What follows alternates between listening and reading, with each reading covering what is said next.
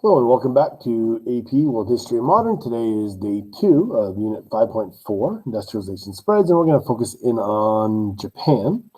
And our learning objective today is to explain how different modes and locations of production have developed and changed over time. So nice CCOT focused, and that's what I want to focus in on today as well. In the last video, we looked at this passage and went over this, and largely this is what we did in class today. I also went over some, just a reminder that when you put this into your body paragraph, make sure you you have your claim, you use your 3 to 5 or so words in a sentence, right, that supports your claim, and then be sure to fully explain how that goes back, right? So this carrying our commercial, industrial system, what we often came up with when we talked about this in class is how the Russian government is subsidizing, right? Is subsidizing their industrial development, and then maybe explain why you'd want to do that, right? So.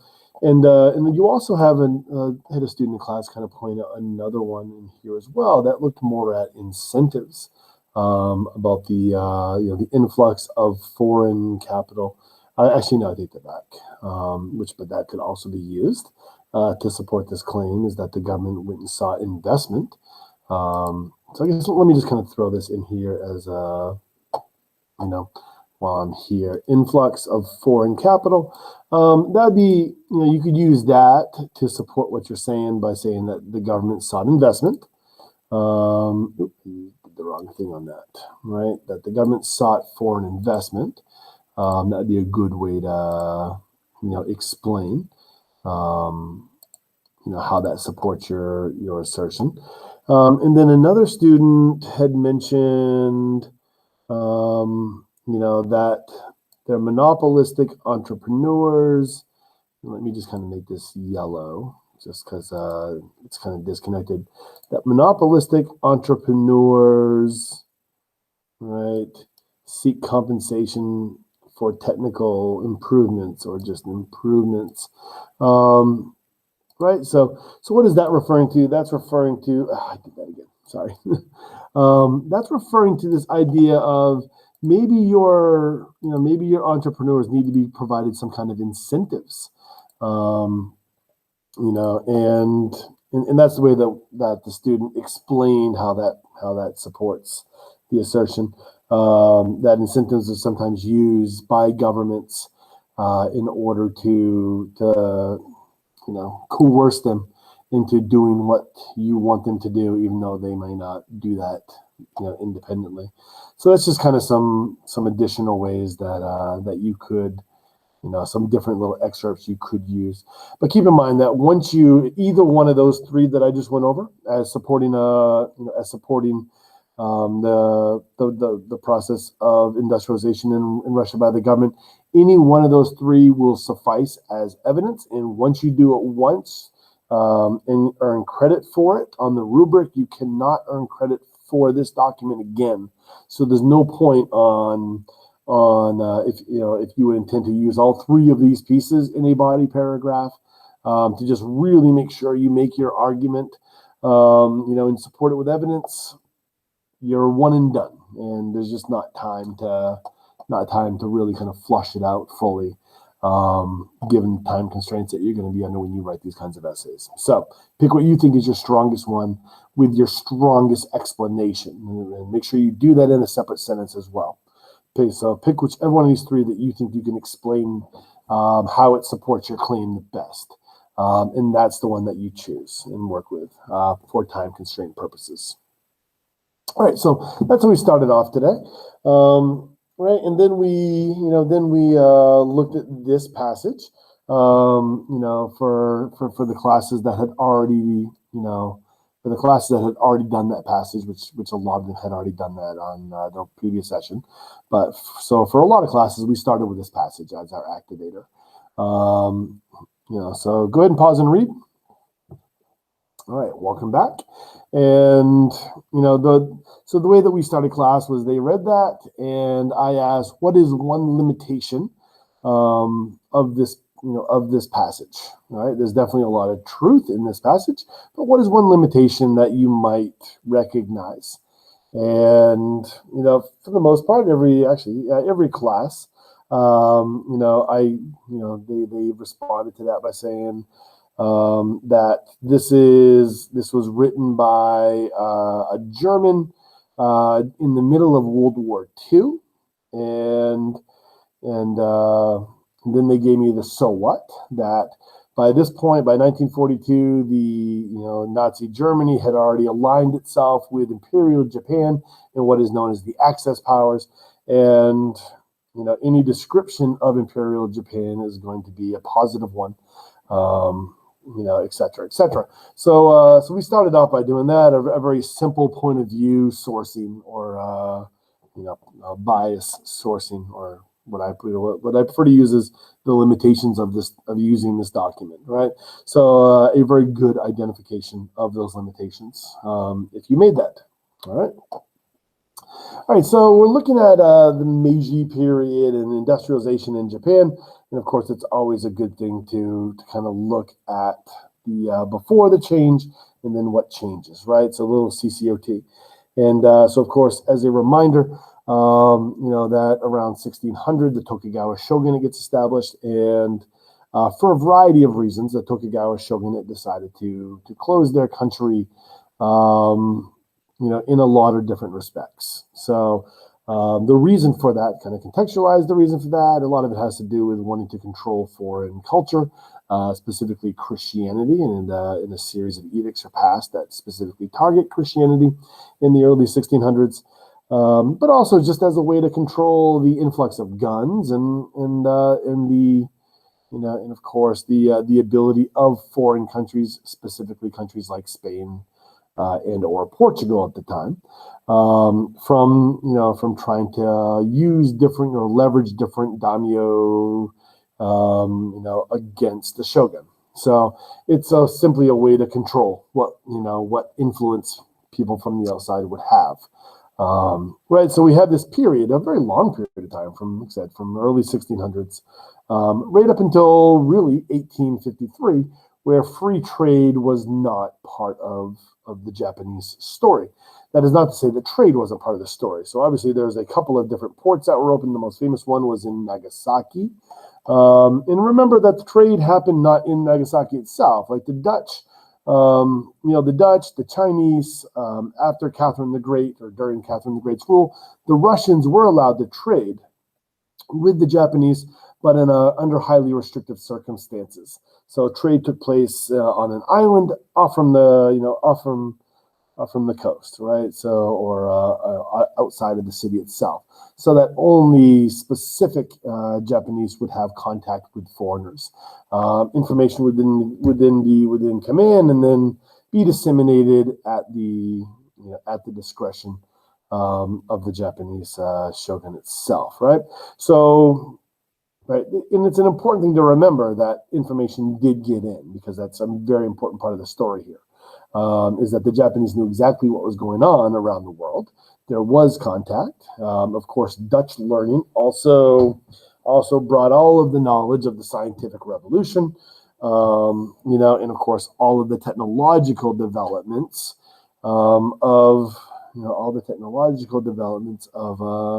the industrial era, right? So you can kind of see down here some examples of this, right? So examples of Japanese knowledge of technological innovations that were taking place during the Industrial Revolution. So just because they were isolated doesn't mean that, or just because they restricted access doesn't mean that they were truly isolated. They had contact, and they knew what was going on in the outside world, and that's an important thing to remember.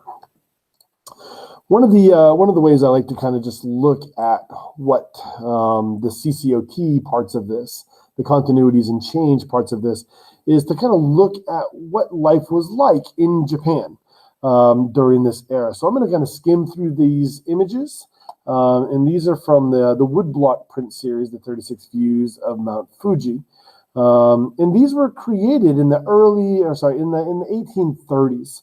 So if Japan opens up in 1853, 1854, about 20 years before the United States forces free trade upon the Japanese. What was life like kind of just before that moment, right? And I like looking at some of these images just as kind of a way to specifically look at some of the social issues, the social and cultural things, as well as where they were technologically for the average person, right? So this is like I said, it's a woodblock series, and of course, it's titled the 36 Views, and then there were 10 additional woodblock prints that were created. Just if you don't know what woodblock is, this is it would have been a hand carved block of wood, and for every color you see in this image, there would be a separate woodblock carved. So you would have a woodblock that you would dip into ink and then put onto your medium, and then you would take a different carved block into a different color ink and then put that on top. So it's a layered ink kind of thing, right? And so that's what this is, and they're designed to look at the Mount Fuji, right? So Mount Fuji is present to varying degrees in all of this series, and it's kind of an interesting idea. Where we are here in the tallest thing that you could do something like this with would be like the Sydney Linear Bridge. So if you were to take 36 views of the Sydney Linear Bridge, imagine the different angles and the different scenes you could capture in and around the Golden Isles simply by using the Sydney Linear Bridge as your focal point. It is an interesting idea, right, as a theme. So, but anyway, so we'll often just kind of look at this, and this is obviously a fishing boat. When we look at this, I'll have the students kind of look at this and I say, well, what looks familiar? And they'll often pick up this looks very similar to the Rainbow Bridge, and connections will be made to the Song Dynasty in China, and maybe an example of some kind of technological diffusion from China in this image. You don't know what these structures are in the background, but it looks like some kind of pagoda architecture. Right? Maybe this is a canal, right? And what is being transported here? Is that a fishing vessel? That doesn't look like the previous fishing vessel. So what kind of products might be transported here? Maybe rice. I think that would be a safe bet. All right. So, and we look at this image, right? And I like spending a lot of time on this, just to center the students, right? So what are we seeing here? And one of the very first things that the students will pick up on is the fact that those are probably rice paddies in the background. I'll ask the students what time of day it is, and you're welcome to pause this, by the way, and think about these questions. But I'll ask them what time of day it is, and most students will say, early in the morning or late at night. And there usually be one or two kids who kind of figure that out real quick. And how do we know that? You can look by how their hat is, right? So the sun is either pretty high or it's pretty low in the sky, right? That's why the hats are tilted the way that they are. So then I'll ask, so is this early in the morning or is it late at night? And, if you look at this image, there's some ways to kind of deduce this, right? So that's probably rice paddies down there, rice fields down there. This right here being carried on the horseback is probably harvested rice. Still not separated, probably not the individual grains, but they actually will probably bring that home to process this. So this is probably what they use to cut the rice. So this is probably the end of the day. They've just spent the day working the fields. They have their harvest. And what are they doing right now? Probably going fishing, maybe trying to get a fish for dinner on the way home. All right, so just a scene from life, of what life was like, during the Tokugawa shogunate. Right. All right, this is another really good one though, because this is a good example of technology. So what level of technology do they have here? So what is this? And once you figure out that, what is this being used for? Right, and so go ahead and take a minute to think about that. And so the obvious answers here is that this is a water wheel, right? And so what is a water wheel? Water wheel is a way to harness the energy of nature, right? So, to replace manpower, right? So this is a water wheel. This is a technology that had been around for, thousands of years. In Europe, it had been around since the Roman Empire. It had definitely been around since the Han Dynasty in China. This technology would have, probably been diffused to Japan from China, maybe during the late Tang or maybe the Song Dynasty era. All right, so now that we know what this is, right, this is a way to harness energy. What is that energy then being used for? All right, so then the next obvious question is what is in the sacks being carried? Right, what is here? So one can assume that the rice that had been harvested had now been shucked and is probably in those bags.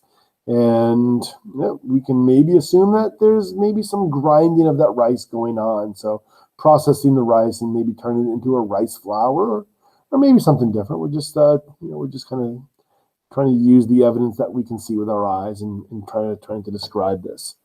Okay. Students are also fascinated with that. What's going on in the bottom left? It looks like that child is walking a pet turtle.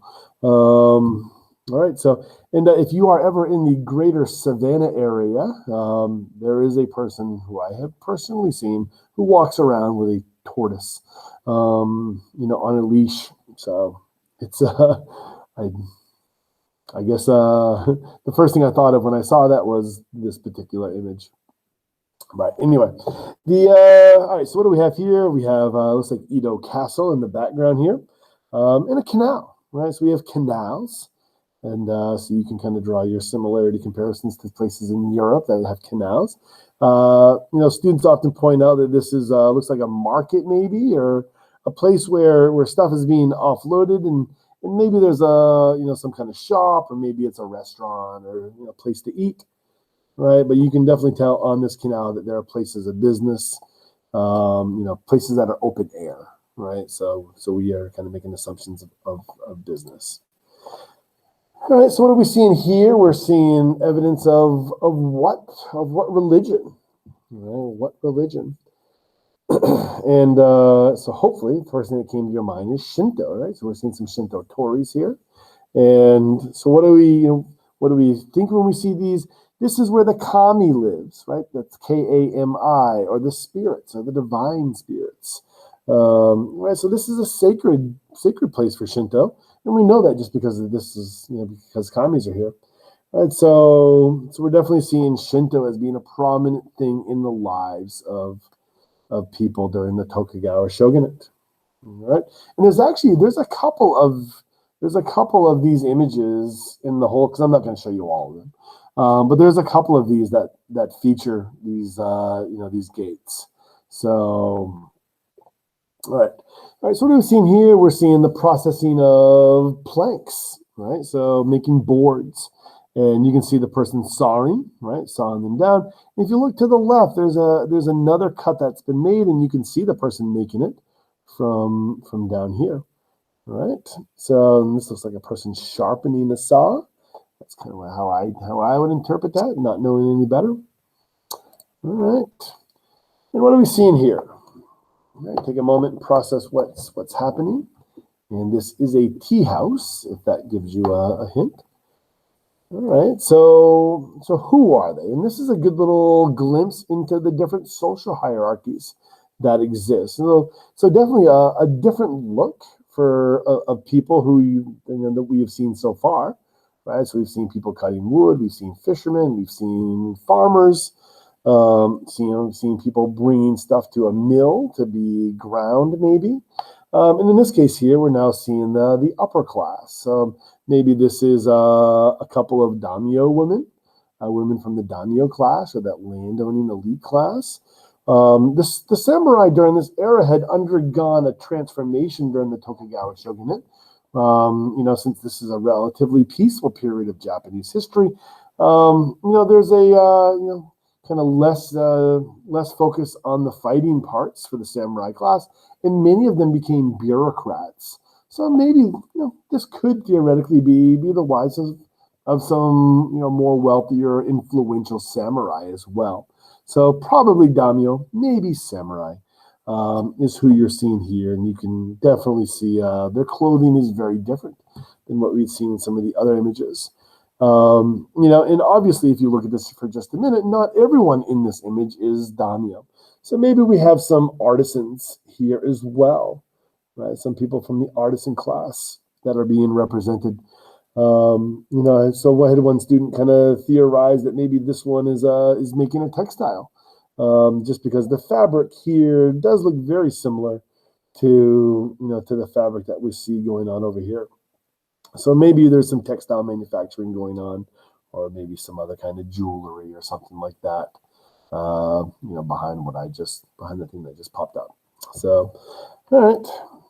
So I did find a pretty interesting little analysis of this. So I just want to show it to you in case you want to watch it, if you're really interested in the art. So it's this analysis. Sorry, it's called an analysis, the canvas, and just kind of watch a minute or so of it, and then you're welcome to Google this if you want. What about the series in which the Great Wave appears? 36 Views of Mount Fuji. Indeed, the subject of the Great Wave isn't the Great Wave itself, nor is it the workers transporting fish, but the tiny mountain in the background, Mount Fuji. It appears another 45 times in the 46 print series, Kokusai adding 10 views of Mount Fuji to his previous 36. The collection of ukiyo-e woodblock prints was finished in 1832 and was an homage to Japan's tallest mountain. Mount Fuji wasn't only an overshadowing presence on the Japanese people, it was a mountain with great spiritual significance, especially in Shinto beliefs. This homage isn't only a tribute to the cultural and historical significance of Mount Fuji, but also, and very importantly, to its spirituality. So I will present to you the 46 views of Mount Fuji by Kokusai with the idea that it represents the relationship between man and nature. This seeming harmony is characterized by many dualities, one being the shock between the eternal and the ephemeral, and another being the tension between activity and passivity. To demonstrate these two dualities in the relationship between man and nature, let's take a look at the first print of the series, the one we all know, the Great Wave off Kanagawa. We see workers transporting fish aboard boats in tremendously dangerous weather. The scene is paused on a wave towering over the workers, and we can only assume that it's about to crash onto them and cause serious damage. The duality of the eternal and ephemeral is beautifully illustrated with the ephemerality of the workers.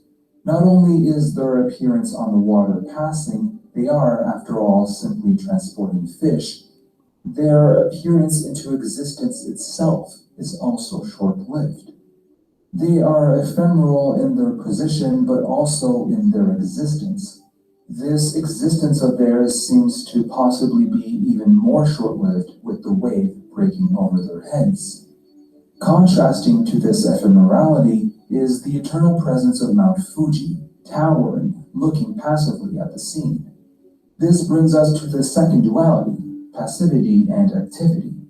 As stated earlier, Mount Fuji is passive, while the workers and the wave are active. This shows how nature can both be passive and active. Mount Fuji itself is a volcano. It's currently passive, but it's still technically what we call an active volcano.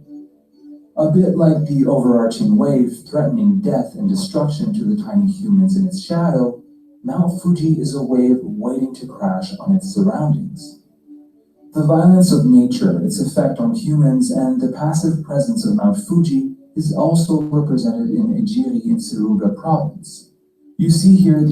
All right, so I'm going to just stop. I just wanted to kind of show you what it was like, and if you're interested in this series of paintings, then then the videos is very interesting to watch, just to kind of get some actual analysis, of the images themselves. So just so you're aware. All right. All right. So in class, we have to kind of look at, having just looked at those little scenes of life at the end of the Tokugawa shogunate, we then do some comparisons to these images that we've already looked at.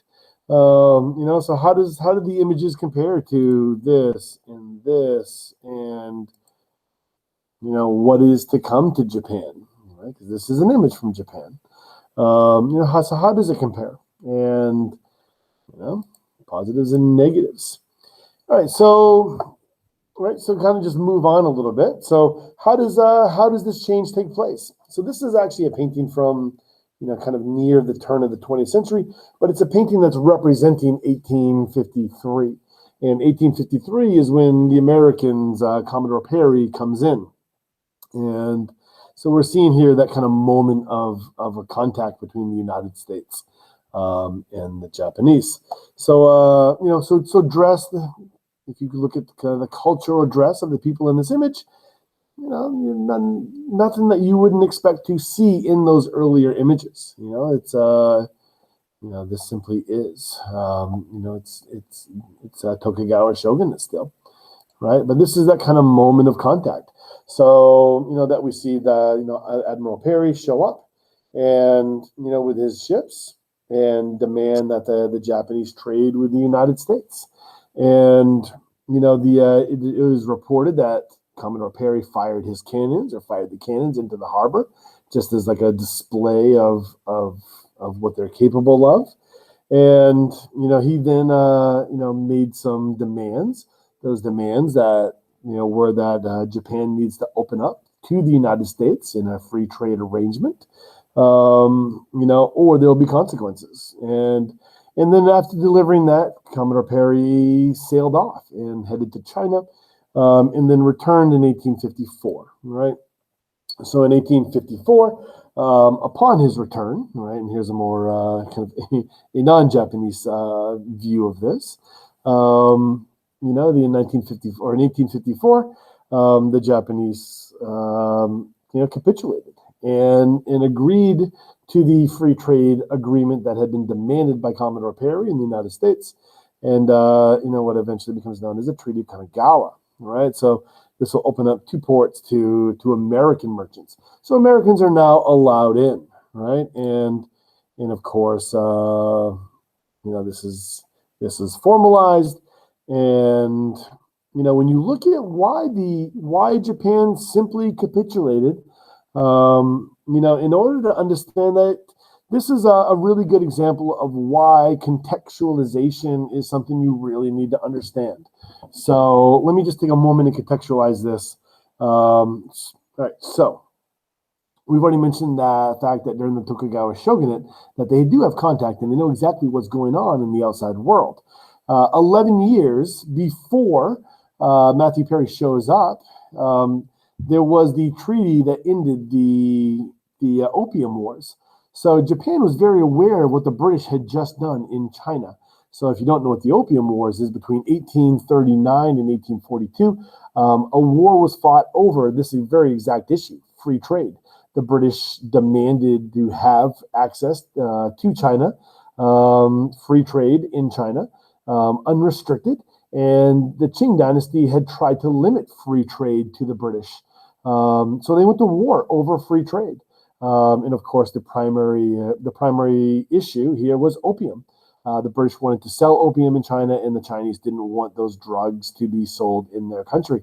So the British went to war and fought against the Chinese over this issue. And of course, very famously, their battleship, the Nemesis, had sailed, all the way up to Nanjing and threatened to destroy their capital. Right. So you have this asymmetrical power technology, military technology relationship that existed between the British and the Qing are forced to capitulate, and, of course, sign a treaty. This is the Treaty of Nanjing. And what the Treaty of Nanjing then does is force the Chinese to open up, I believe it's 7 ports, to the British. and allow free trade to take place. And of course, this is how the British also acquire their possession of Hong Kong at this time. So contextually, why does Japan capitulate? Because they know 11 years previous to this that the Chinese had tried to prevent free trade to the British, and they knew what had happened. Now the Americans are here demanding free trade, and can you resist this, or will the American ships then come in and destroy your fleet? And and for that matter, there literally is no naval fleet, or at least none that I have ever read about by the Tokugawa shogunate. So, all right, so that's the basic reason for the decision. So no real decision really for the Japanese. They had to capitulate given contextually what had just happened in China. And of course, you see here by 1860, everyone else had joined. I also like to kind of point out here, you can see the Q on the person in the back of this person's head. So whenever you see a Q like that, that is always, at least in my experience, always showing a Chinese, Qing Chinese bureaucrat, right? So that Manchu, hairstyle. That was definitely forced upon the Han, ethnically Han Chinese people by the Qing. All right, so the Japanese are going to be angry with the Tokugawa shogunate doing this. There's fear that growing influence of foreigners needs to be controlled. And what will happen is a group of daimyo and samurais will get together. And really a civil war or a coup will take place. And what we see here is the establishment of what eventually becomes known as the Meiji Emperor. So, the removal of the Tokugawa shogunate, and the establishment of the Meiji Emperor is known as the Meiji Restoration. So they restore an emperor, but this is an emperor who is supported by the daimyo and the samurai who want to, industrialize on a different path than the way things were currently going, right? So, right, the Meiji Emperor realized the best way to end Western influence, right, the best way to stop foreigners from having influence over your society is to take what is the best from them and don't allow and highly control those foreigners access to your own country. So the Japanese are going to send delegates to America and Europe and everywhere else in highly control, right? So what is, if you want to looking for some examples of how the government was involved during this Meiji period, because there is not a large merchant class that exists because of the the realities of the Tokugawa shogunate. That lack of capital dictated that the government had to take a direct role, in the different stages of industrialization. So we see the establishment only 2 years after the Meiji Restoration of a Ministry of Industry, and that would then oversee this economic development. So highly controlled government involvement. The government will then build model factories, and provide experience for these new technologies that are being introduced in Japan. And then the daimyo and the upper class samurais would then create their own their own companies, their own private enterprises, right? So this is a good example of government education, of both the what would become the industrial class and the workforce itself. All right, so the result is, the Japanese are carefully managing industrialization, doing their best to limit foreign involvement, in this. So you're not seeing a massive influx of foreign capital and definitely not foreign companies setting up in Japan. So Japan continued to depend on the importation because initially there's not a lot of access to raw materials, right? One of the other results to kind of think about here is the rapid growth depends on the existence of a cheap supply of labor. And the source of that in Japan is often going to be women. And of course, a lot of women are going to come in from the countryside, so there's going to be a process of urbanization that takes place here as well. But a lot of women are going to be used in these silk textile factories, And more so than Russia, Japan's industrialization depended upon selling of manufactured goods abroad. So not a lot of, there's not a market at home for a lot of what was going on. There's a huge market for these silk goods and other textiles that are produced in Japan outside. All right, so what does the Meiji government actually do? Right, so what are the major changes that happen here? So the Meiji government will abolish feudalism. The government will send the samurai abroad, where they will study political economic organizations, go to places like England and France and the United States and Germany. Those are kind of the most commonly seen places where these government officials would go to. So foreign observers were used to restructure the state, right? So they will reorganize their state based on the observations that they had seen abroad. And Japan will go to a conscription army. So you're going to start to see very early on a conscription army. So previously, the military in Japan, we kind of associate that with the samurai class. Now you're going to start to see widespread use of what used to be peasants or artisans in their military. And there's going to be some pushback against this in Japan. You're going to see a series of samurai revolts during this era. So not all samurai are going to go along with this. Many will. That's obviously who's going to be starting up these factories, as well as the daimyo. And it's also who's going to be sent abroad. But some are going to want to maintain the traditions. So there will be a series of revolts that take place during this period. All right. Civil service examinations were utilized to open the bureaucracy to men of talent.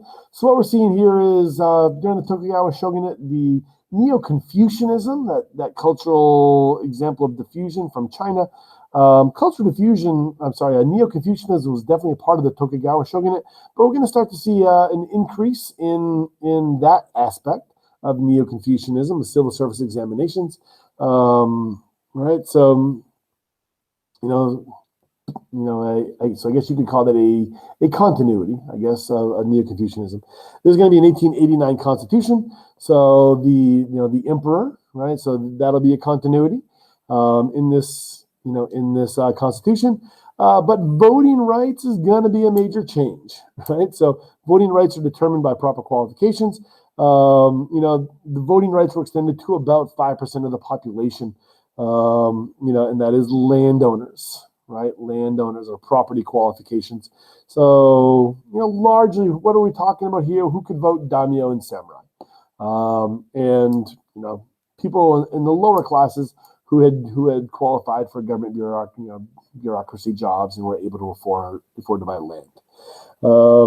Right, so about 5% of the population. But democracy, or the beginnings of a parliamentary system, would definitely be a major change here.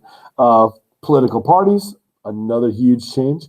However, a small oligarchy continued to dominate the government into the 20th century. So, the shogun and the people around, or not the shogun, but there will be an oligarchy of business owners, right, who kind of take that role of a shogun, and who really control things. The inclusion of businessmen amongst the political elite is a major difference, than what we see going on in the Russian model of reform, right? So, all right. So once again, do a little CCOT. I just want to kind of run through some of these images. So the last couple Tokugawa shoguns. So here we have, at the time of Commodore Perry, showing up, right? Here's an image. So feel free to stop and make some observations, write down some observations, what you see in these two images. All right, I'm going to move on. And here we have the last of the Tokugawa shoguns. All right. And then here we have Emperor Meiji. So in class, I'll ask for examples of, continuities and change. And the changes are the obvious ones. So, if you were to take a minute and write down a couple of examples of continuities and change, feel free to do so. All right, and some of the ones that come up often are changes. Obviously, dress. They go from they go from their kind of traditional style of clothing to what is definitely a more military Western, Western European, military style clothing dress here, or maybe even American style clothing dress here. Haircut is another dramatic change that we see here. So one of the continuities most of the students pick up on is the sword, right? So the sword is a good example of a continuity. You can't really see it here, but you can definitely see it prominent in these other images if you took a second and wrote those down. All right. So yeah, and of course we see our post Emperor Meiji emperors. And out of all the emperors of Japan, this is probably the one that most students have heard of. This is Hirohito. So this is the emperor who comes to power, at a very tumultuous time. So just before the 1930s, where there's going to be a series of coups d'etats, of the government, and of course Japan, really goes on the move in the 1930s, starting in 1931. When they start to actually take action in China.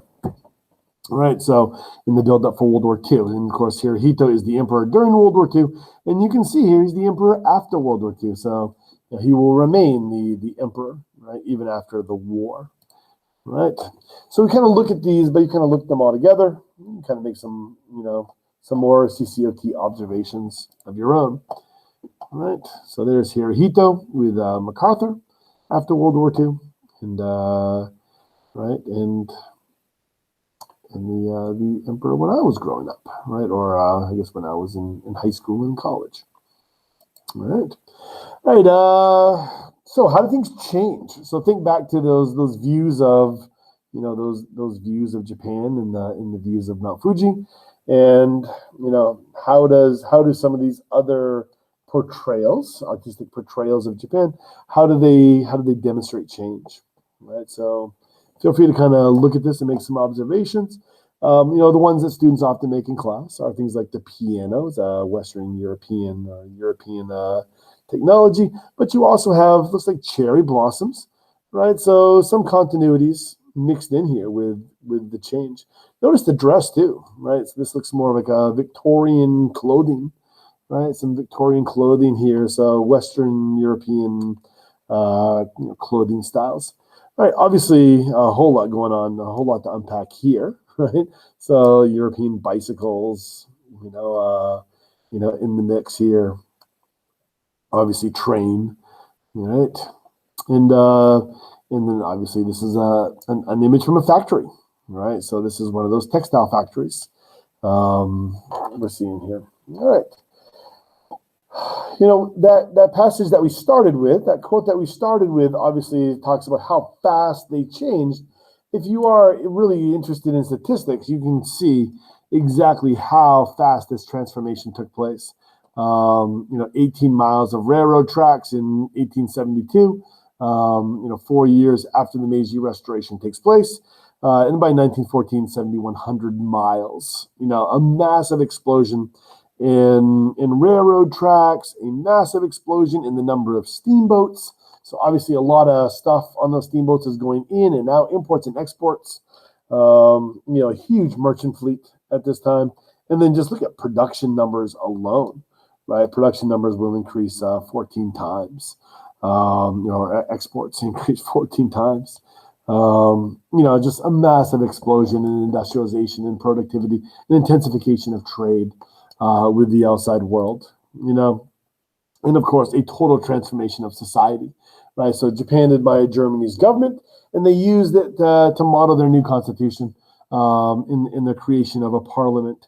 The Japanese leaders supported industrialization. Factories, your model factories were built, and then your daimyo and upper class samurai, emulated those factories. And of course, notice almost always women are going to be portrayed as working in these factories, right? In these factory settings, right? See these machines behind them, right? As they're working. We can see obviously, railroads, steamships, steel bridges. Notice the clothing as well, right? So, very dramatic change if you compare it to those those views of the Tokugawa shogunate right at the very end. Rainbow Bridge, not there. Steel Bridge, yes, and obviously the dress is very, very Western as well. Even down here, like looking down here in the boats, very European, very European look to it. Okay, and then of course Japan will build its military and modernize its military. Right, so they they looked to the best and tried to emulate that. And the greatest land army on planet Earth in the 1880s and 90s was undoubtedly Germany. So they modeled their army after the Germans, and the greatest navy on the planet at this time was the British. So they modeled their navy after the British. And of course, there's a very famous film that was made that kind of looks at this, called The Last Samurai. And because of the realities of your age, I know a lot of you guys may have never seen this before. So, but if you're interested, it looks at this concept of the samurai revolts and why they opposed this transition to a conscription army, and how it all kind of plays out. So obviously it's if you saw that scene, it's a bit of a violent movie, but it's definitely a good, a pretty good look at this. As far as it being a true story or not, I actually did some digging in this, and what I found was, and like I said, I might be wrong, but what I found was the book in which this movie was based off from, is actually a book that was written about a true story, but not of an American soldier who had gone to Japan to train their conscription army, but it was of an American army who had gone to China during the Taiping Rebellion to train the Imperial Chinese or Qing army. So they adapted that book to Japan. And I guess we could definitely contextualize that decision as well. Why that decision was made, but anyway, but the film itself does kind of give you a decent little idea, just generally speaking, what the samurai revolts were about, and that process of transitioning Japan to a conscription army and modeling their army, after the Germans. Okay.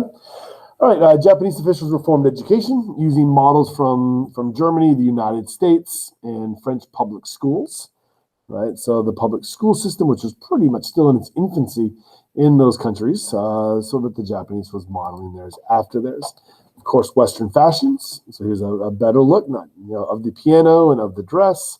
I think I had that as a black and white image previously. But you're also seeing here, it looks like a cello. Someone's going to yell at me in class if I get that one wrong. Right, and they don't really look like violins, but I assume they're violins. All right, and that one definitely looks like a violin. All right, so you're seeing Western instruments, Western dress. All right, so kind of what are we seeing here? By 1914, Japan had 7,000 miles of tracks, thousands of factories, profitable tea, silk, shipbuilding industries, a modern army, navy. Right, the Meiji reforms had given Japan power, respect. Japanese nationalism led to the end of Western extraterritoriality rights and unequal treaties, trade treaties. So this, the Treaty of Kanagawa, which was an unequal treaty. And I guess I should take a second to explain this. The Treaty of Kanagawa, which was forced upon the Japanese, right, during the end of the Tokugawa shogunate, it did include extraterritoriality rights for the United States. What that means is when American merchants were in Japan, Japanese laws did not apply to them, right? So an American who is over in Japan during that time, if they broke the law, they would not face Japanese courts. They would face an American court. So that's what extraterritoriality rights refers to. This concept comes up every once in a while in pop culture when talking about like the United Nations, and you see a diplomat in New York City who does something wrong, and the police try to arrest him for that, and they claim, quote, diplomatic immunity. Diplomatic immunity is basically extraterritoriality rights. That's kind of what that means, right? So these treaties would then all be renegotiated by the time we get into the 20th century, right? Japan was on a different footing than what they were, before. So the goals of the Meiji Restoration, right, to rid Japan of foreign influence and allow them to determine their own fate. Those goals had become a reality by 1914. By 1914, kind of look over at this map. By 1914, the Russo-Japanese War had taken place in 1904, and Japan defeated the Russian army. But even before that, the Sino-Japanese War happens in the mid-1890s, and and Japan takes on the Qing dynasty in China and wins. So Japan had defeated the Chinese, they had defeated the Russians, and by 1910, I don't think it's on this map, but by 1910, Japan will come to annex Korea. So they will begin their policy of expansion, by annexing places. So Japan is on the rise by the time we get to 1914. And we use 1914 because that's the beginning of World War I. If you kind of wonder where that date is or why that date. Right. And also 1914 is just after the death of Emperor Meiji. All right. So, and that kind of just, if you're looking for what Japan picked up in these three things that I just told you about, the Sino-Japanese War, you're going to see Japan pick up territory.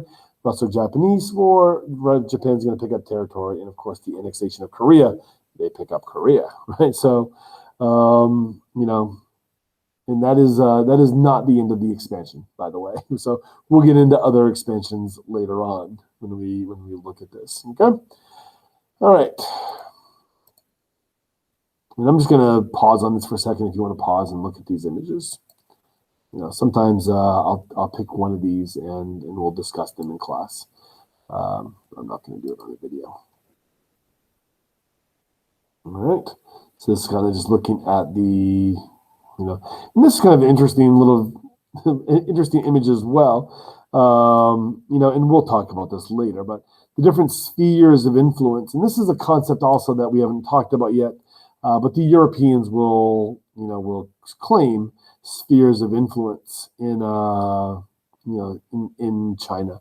And you can see here, because I did talk about the Treaty of Nanjing in 1842, following the Opium Wars in the ports that originally were opened up to the British, right? So this is not an all-inclusive, right? It's not an all-inclusive list here, but yes, you can see how these different places were forcing China, in this case, to give the European powers extraterritoriality rights and guaranteed free trade, right, from these ports. Right. So in Japan, we'll begin to do the exact same thing.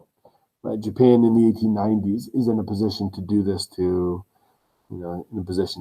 China. All right. And here's another woodblock. And looking at the Japanese here on the left.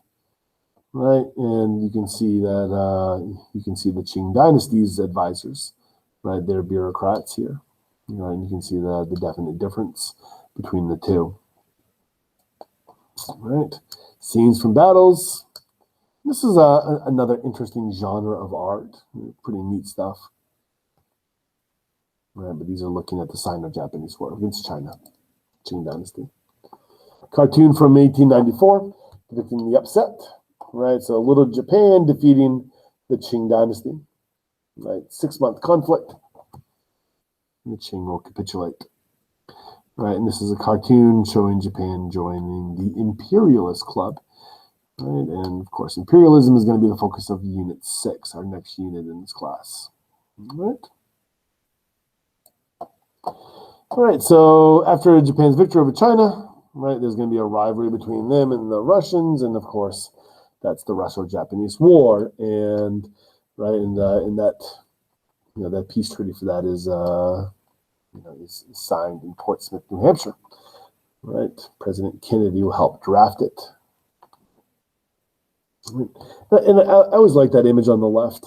How the world saw Russia and Japan in 1904, and then following the Russo-Japanese War, how the world sees Russia and Japan and how that had changed. Right? I always found that as kind of a cool image, cool idea.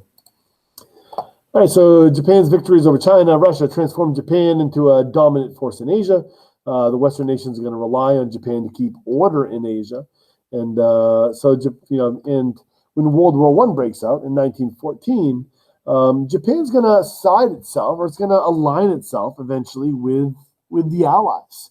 With England and France and eventually the United States, once the United States gets involved in it, and because Japan aligns itself with the Allies, when the Germans lose, Japan will get the German colonies.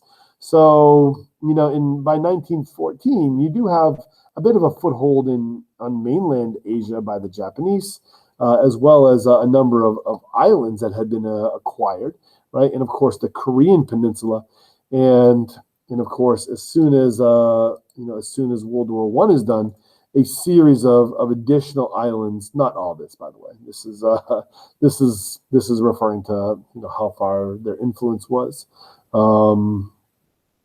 In World War II, right? But they will get a series of islands by the Germans, so their foothold will grow, right? And then, of course, this is going to lead to increased imperialism, and eventually you're going to see their sphere. Their sphere of influence at its largest extent during World War II, right? So the maximum amount of growth that they had, but they definitely attacked beyond this point, right? All right, it's always good to kind of take a stop and kind of look at a comparison of how different places are dealing with industrialization, right? So both China and Japan, they maintain their traditional values. And I don't think it was mentioned, I don't think I did mention it here, but Shintoism is elevated during this era to a state religion, right? So, both have their traditional values, and they will maintain their traditional values, as they go through the change. You're going to see resistance in both. Even Meiji, as fast as it did industrialize, it did face resistance by the samurai. So both will see resistance, and both oppose being, having terms dictated to them by the West, which is which is why the Japanese are going to learn from the Chinese model. But China remains more committed to its traditional values. It's less eager to break from its, Confucian traditions. And of course, we'll lose numerous territorial conflicts throughout this period. And of course, you're going to have them being forced to grant other spheres of influence. All right. Whereas Japan, right, considers modernization to be necessary in order to not have terms dictated to them by foreign powers, are willing to borrow and adapt in ways in which the Chinese were not willing to, at least during this period, right? And so you're going to see them rise economically, and of course, more importantly is militarily, right? And they will become an empire builder themselves. They will become an imperialist power in their own right. All right. And, other kind of later cultural things that are I always kind of found cool or interesting, right? So you probably remember, like, you think of 1920s, you think of flappers, right? It's probably how you would have been taught about them in 8th grade, right? So those kinds of cultural things going on in places like the United States are also going on in Japan. All right, smoking robes. All right, so this is our passage, for classwork, and really we're going to do this more tomorrow than anything. So we'll just kind of end there, and then we'll go back to that passage tomorrow. All right, so the rapid development of steam-powered industrial production in European countries and the United States contributed to the increase in these regions' share of global manufacturing during the first industrial revolution. Once again, we discussed this already in the previous video. I'll let you read through this because I'm pretty sure I am long on time. So I'll leave you for today. So, sapriati.